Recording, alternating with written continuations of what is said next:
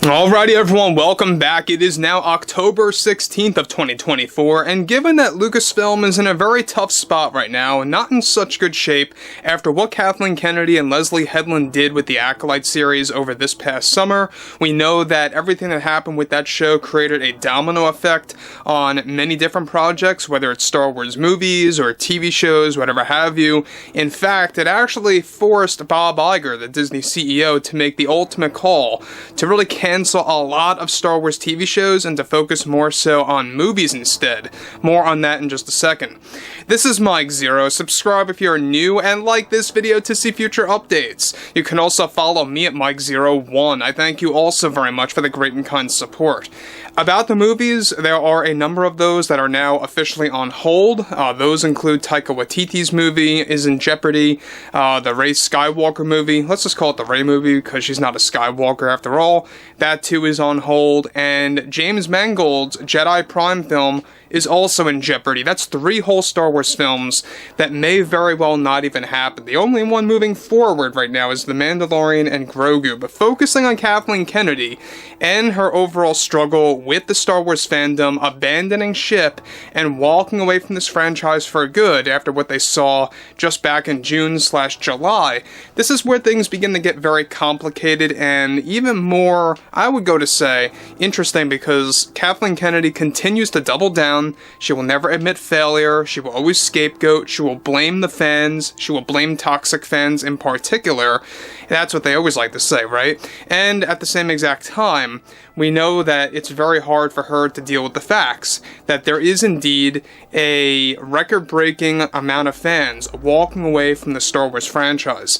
Now, with the Walt Disney Company and all of their divisions doubling down on DEI after Disney hired a new DEI supervisor, one significant development going on actively involves more to do with Kathleen Kenendy and her response in the midst of the ongoing Star Wars sales disaster and the boycott as Disney sees it. Now, Kenendy delivered the following in response to the growing number of fans walking away from the franchise and actually raising their voices as well. The largest misconception about what we are doing here at Lucasfilm and what we have our sights on are priorities. Of course, our priority is to create a story. However, to make that priority valuable, it was the right move for us to really pay attention to support and representing diversity, equity, and inclusion, and especially inserting the LGBTQ community in this franchise. I have zero regrets for making that my goal, but the one thing I have noticed throughout my career here at Lucasfilm is that you can't please anybody. You can't please everybody.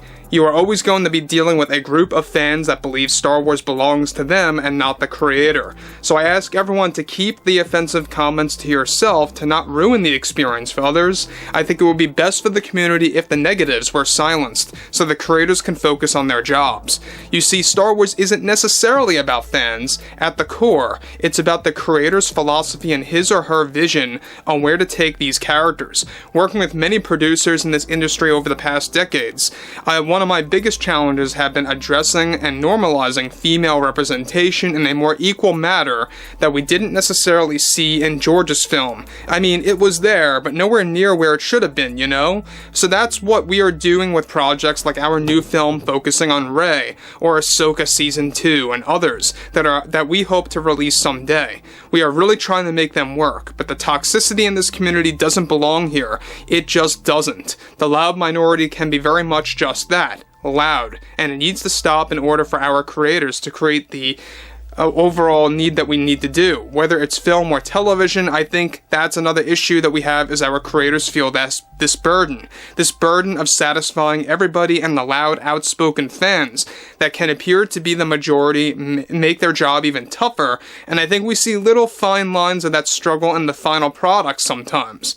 So guys, let me just stop here. So basically, she's blaming fans that are really expressing their criticism, expressing their concerns, or their annoyances with Star Wars right now, and for valid reasons, by the way. She's really scapegoating and putting it on fans that have been raising their criticism as to how that is now showing in the final product, is basically what that translates to.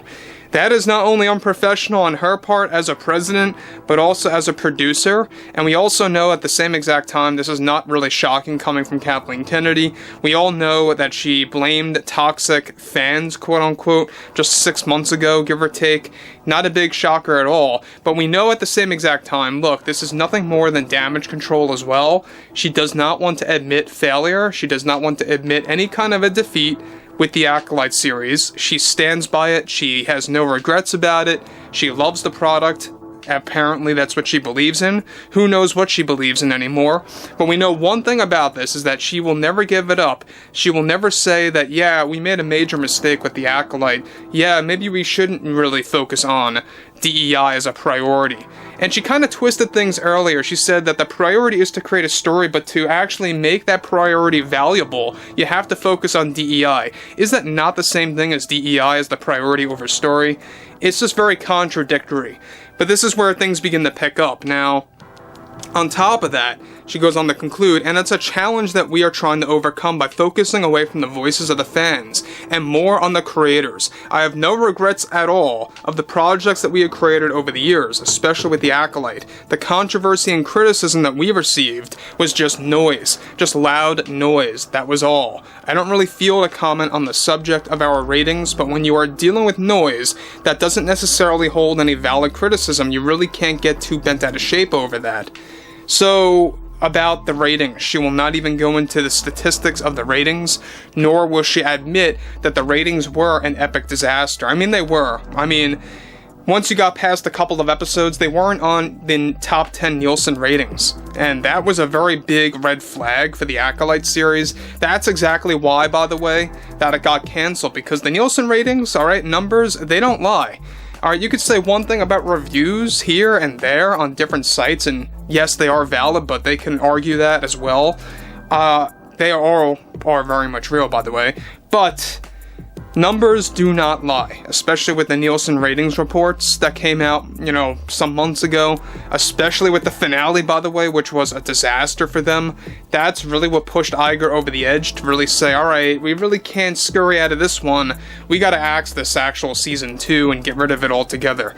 So that's why I think at the same exact time, there's been a lot of in-studio fighting. We talked about this many times between Kenendy and Iger, Kenendy and the Disney executives, some board members turning against Kathleen Kenendy, calling for her to not make the call to stay until 2027, to not seek a contract renewal. Her contract is very much a complex one, and we'll have a lot more to talk about that more in depth in the couple next days, but the board of directors really want her to make the call herself on whether or not she wants to stay at the company. They don't want to necessarily fire her from what it sounds like, because they don't want to actually admit defeat or admit that Kathleen Kenendy was the wrong choice all these years. That's what it really comes down to, most likely, when you look at the patterns. But overall, I would like to hear what everyone has to say about this ongoing issue with scapegoating, with the blame game train happening yet again by Kathleen Kenendy just after Leslie Headland. And if you guys did enjoy the content for today, make sure to drop a thumbs up on this video to support the channel, and I will catch you guys later.